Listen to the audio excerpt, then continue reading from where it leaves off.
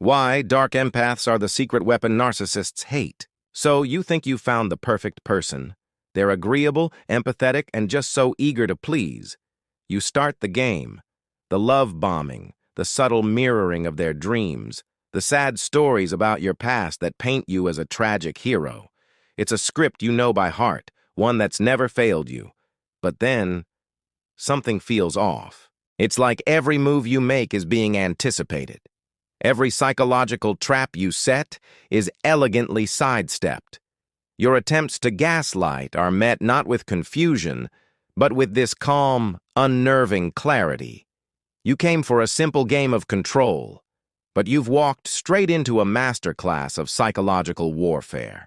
You've just met a dark empath, and you're about to lose in a way you never saw coming. The world of personality dynamics is often painted as a simple story of predators and prey.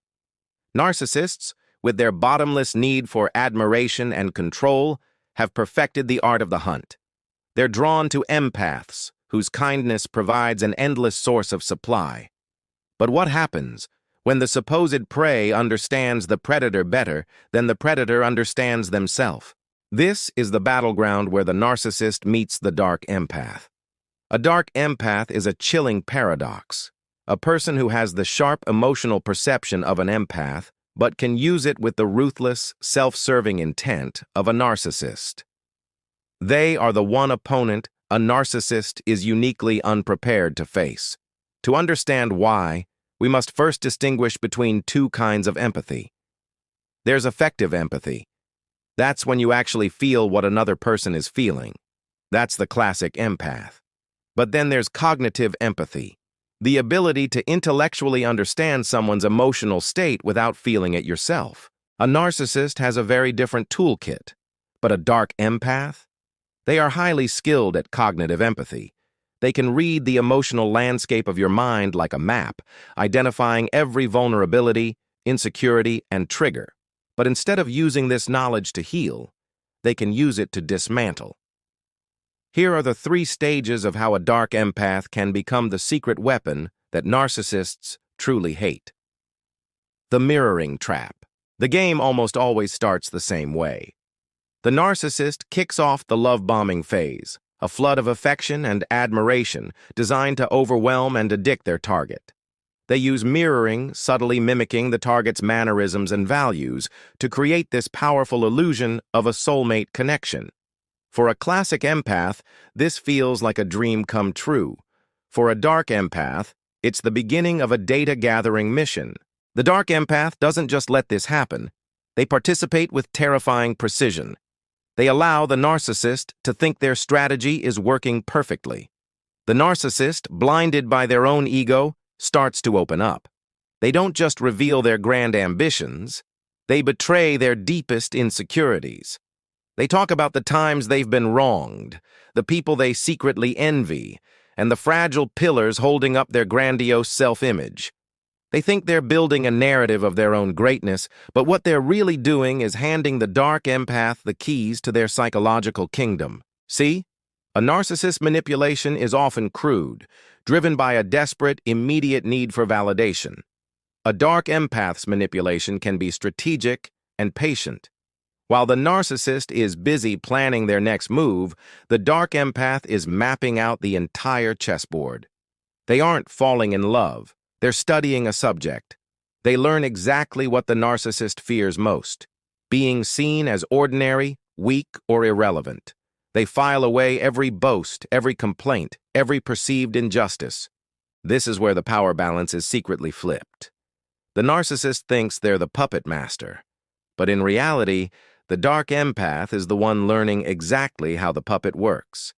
They see the strings, know what they're attached to, and are just waiting for the right moment to start pulling. The narcissist is playing checkers, focused on the next jump. The dark empath is playing the long game of chess, preparing for a checkmate that's still 10 moves away. The love-bombing phase, the narcissist's most powerful opening move, becomes the dark empath's most effective intelligence-gathering mission. Deconstructing the game. Once the narcissist feels they've secured their target's devotion, phase 2 begins. Devaluation. This is where they break out the standard toolkit of narcissistic abuse. Most commonly, gaslighting, triangulation, and projection. Gaslighting is the attempt to rewrite someone's reality. The narcissist will deny things they said or did, insisting the other person is just misremembering, being too sensitive, or going crazy. With a typical target, this causes confusion and self-doubt. But when they try to gaslight a dark empath, the effect is totally different. The dark empath, armed with their sharp cognitive empathy, sees the manipulation for exactly what it is. They don't get confused. They just calmly sidestep the attack. Imagine a narcissist saying, "I never said that. You're being hysterical." A typical target might argue or break down. A dark empath might respond with a calm, "You're right, I must have been mistaken," but with a tone so empty of actual submission that it leaves the narcissist feeling deeply unsettled. They didn't get the emotional reaction they needed.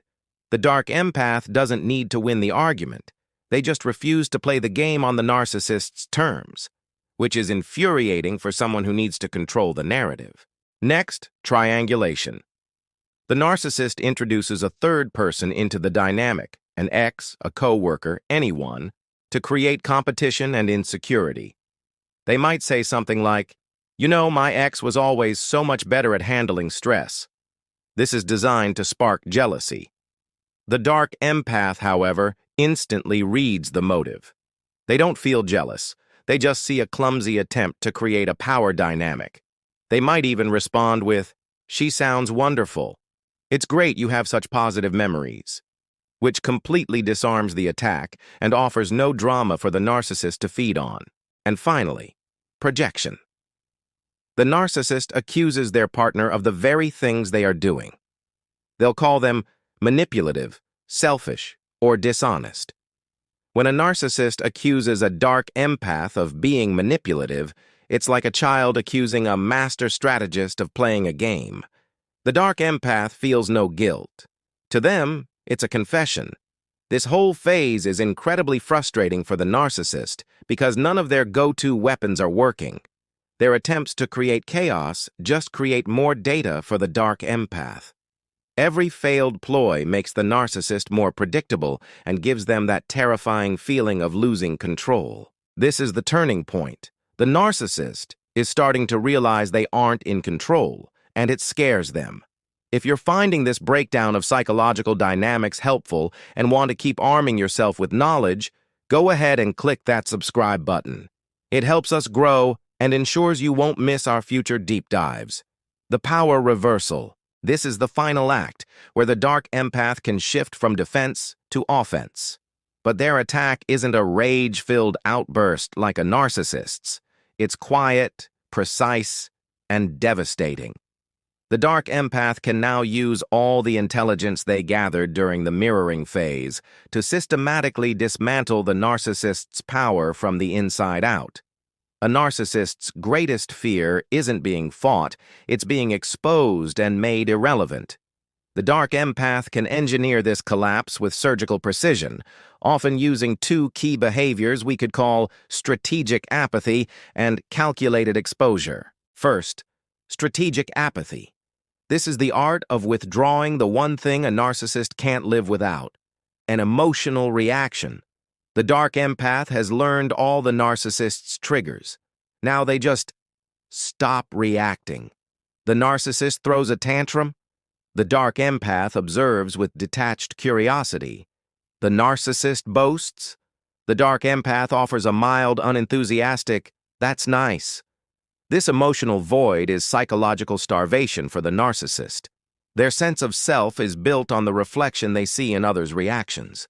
When that reflection becomes a flat, gray wall, their whole identity starts to crumble. But the masterstroke is what we can call calculated exposure. A narcissist's power depends on maintaining a public image of charm and superiority. The dark empath knows this is their most vulnerable point. They don't need to launch a public smear campaign. The attack is far more subtle. Remember all those insecurities the narcissist shared in confidence? The dark empath might now use them, not as insults in a fight, but as casual observations in a social setting. For example, imagine the narcissist is holding court at a party, bragging about a business deal. The dark empath might gently interject with a seemingly innocent question that hits a deep-seated fear of failure the narcissist confessed months ago. They might say, "That's amazing. Is that the project you were so worried about? The one you said kept you up at night?" It's delivered with a supportive smile, but the effect is crippling. It's a public signal that their private fears are known, shattering their grandiose facade in an instant. Or they might expose a specific manipulation by saying to a mutual friend, "It's so funny, the narcissist told me you said the exact same thing about that restaurant." It's done without malice, almost as an afterthought, but it plants a seed of doubt. It forces the narcissist to realize their web of deceit is not only visible, but is being unraveled, thread by thread.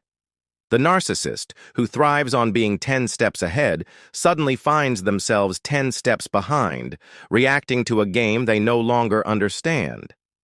This is their ultimate nightmare: to be outplayed, exposed, and made powerless by someone who saw through their mask from the very beginning.